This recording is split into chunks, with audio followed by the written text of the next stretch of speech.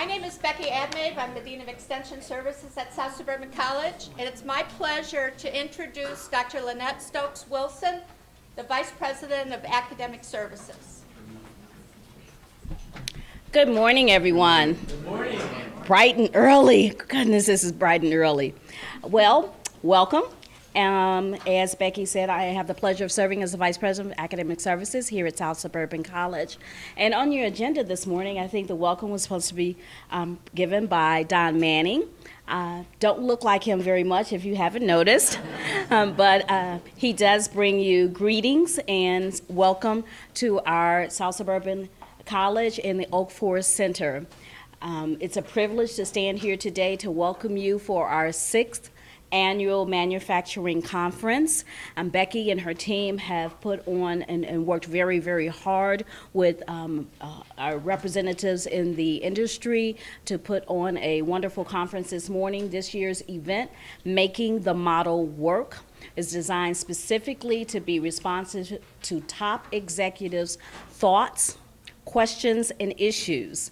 The planning committee personally met and interviewed several industry professionals to talk about issues and objectives in the community and what's going on, so we can address those topics today. We are excited, and we welcome Mr. Drew Mendoza to serve as our keynote speaker, and his presentation will lead us into our session topics today related to business continuity, ready workforce, maintaining or growing your own business. So again, welcome to South Suburban College and enjoy our conference today. Thank you.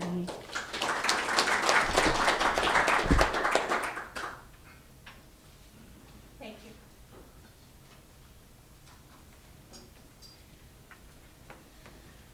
Just a few housekeeping tips before we get started. The washrooms are down the hall to the left, on the left. And we're going to start out with our keynote, but I first would like to take this opportunity to say thank you to our sponsors who provided lunch today. Ventura Foods, which is Marie salad dressing. Thank you. Thank you. Labriola, which is bakery goods. TH Foods in Rockford. Land of Frost. Legendary Baking, which is right next door for the pies, and Larry Burrows Photography. Thank you, Larry. We welcome Drew Mendoza to this year's manufacturing conference. We have been aware that succession is an important topic for all businesses, and manufacturing is no exception.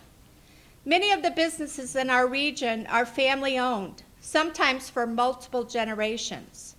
To have a vibrant economy, we need to know that succession planning is part of these companies' business strategy. To tell you a little bit about Drew Mendoza, he is the managing principal, the chief executive of the Family Business Consulting Group, Incorporated. He specializes in assessing the needs of enterprising families and has completed thousands of intake assessments since the firm's founding in 1994. He uses his assessment skills to help families define their challenges and learns about their culture and value system to ensure successful solutions. He is co-author of Siblings in the Family Business, has appeared on PBS, CNN, CNBC, and National Public Radio's Marketplace. He is often quoted in newspapers and internet media. His work has been published in Family Business Magazine, Family Business Review, Family Business Advisor, and Trusts and Estates Magazine. He has lectured nationally and internationally. He has appeared before the U.S. Senate Finance Committee on the impact of estate and gift taxes on family firms. His educational background includes a graduate cum laude of State University of New York at Buffalo, graduate studies at the University of Chicago, postgraduate studies at Harvard University. He lives in Chicago with his wife Eloise and their 2 children. And now, Drew, you can add keynote speaker at South Suburban Amen. College 2014 Manufacturing Day, Making the Model Work. We welcome you and are eager to hear what you're going to share with us today. Thank you.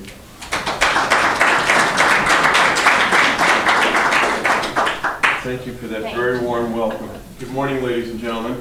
Good morning. It's interesting, as a public speaker, there's a natural tendency, it seems, for people to always want to sit in the back of the room. I think it's so that you can sneak out easily. Go on. So, pardon my back for a moment. We work with families who own businesses for multiple generations. They range in size. If it's a distribution firm, perhaps on the smaller side of 30 to 40 employees, all the way up to thousands and thousands of employees. We've worked with 2,400 families in. Do me a favor. You work on this. Figure out which button to make it go forward. Okay. We've worked on. It's good to have help. We've worked with 2,500 families now in 70 different countries. And what they all have in common is a desire to protect the integrity of both their enterprise and their family. The abbreviated way of saying that is, how do siblings and cousins own business together without killing each other? It is actually it's complex, frankly. But the good news is, it's complex, we know now, for normal and predictable sorts of reasons. And there's sufficient empirical research that has been completed over the last 30 years to help guide a family, an owning family, in thinking about what are the structures and processes that we should be putting in place. Have you figured it out yet? I don't think so. This is the right tool. It's not a mouse. We're getting you one. Okay. This is the wrong. I'll do that. Let me do it. Really? Kind of nod your head. Good, nice, good.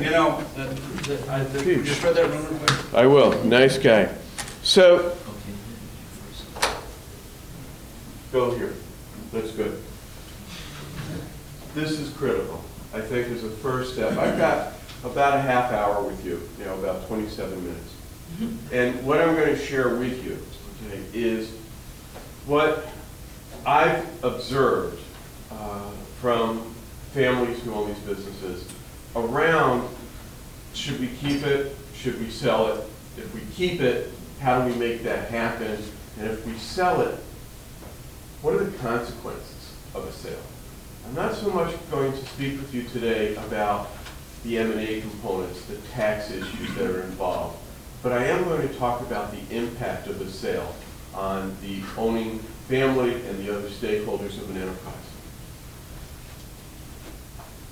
This is true. It is not debatable. A transition is a strategic imperative. Right?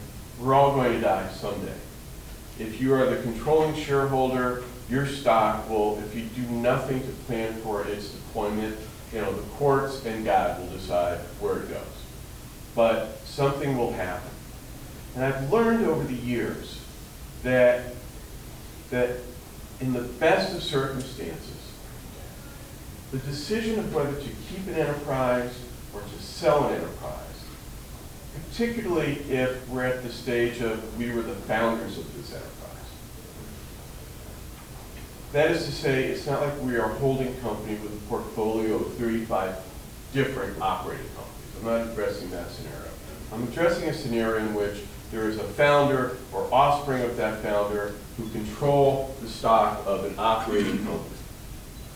And as we age, we need to think about what we're going to do with that stock, with our company.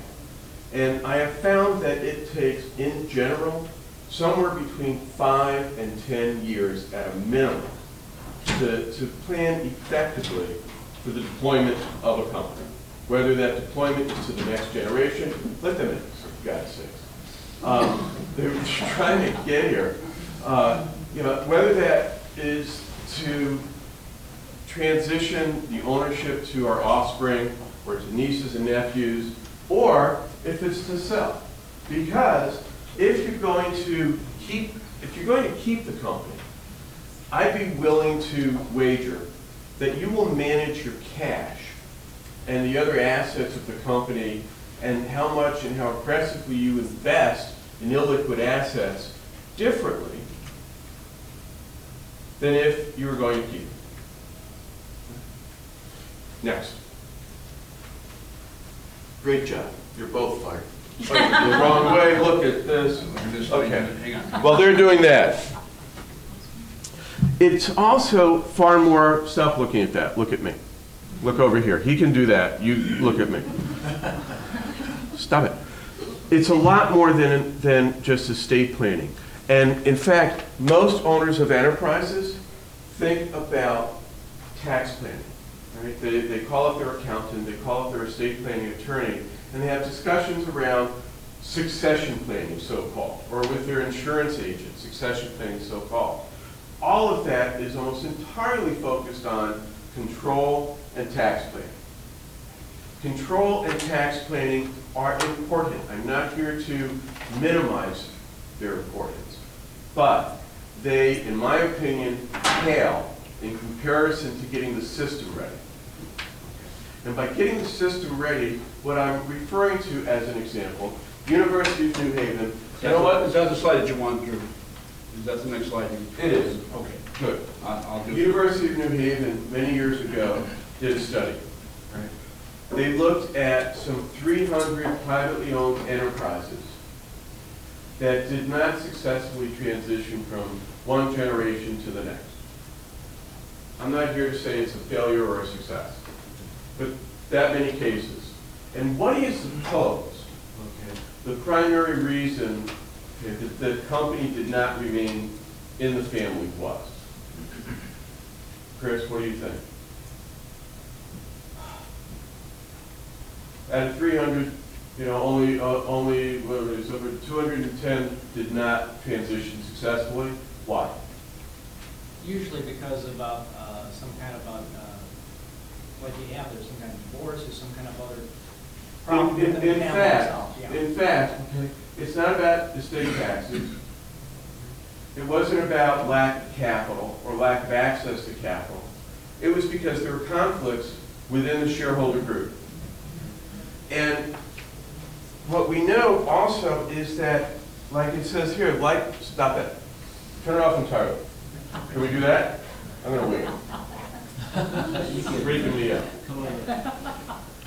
Like a divorce, someone decides, Betty decides, you know, or my wife, for how long?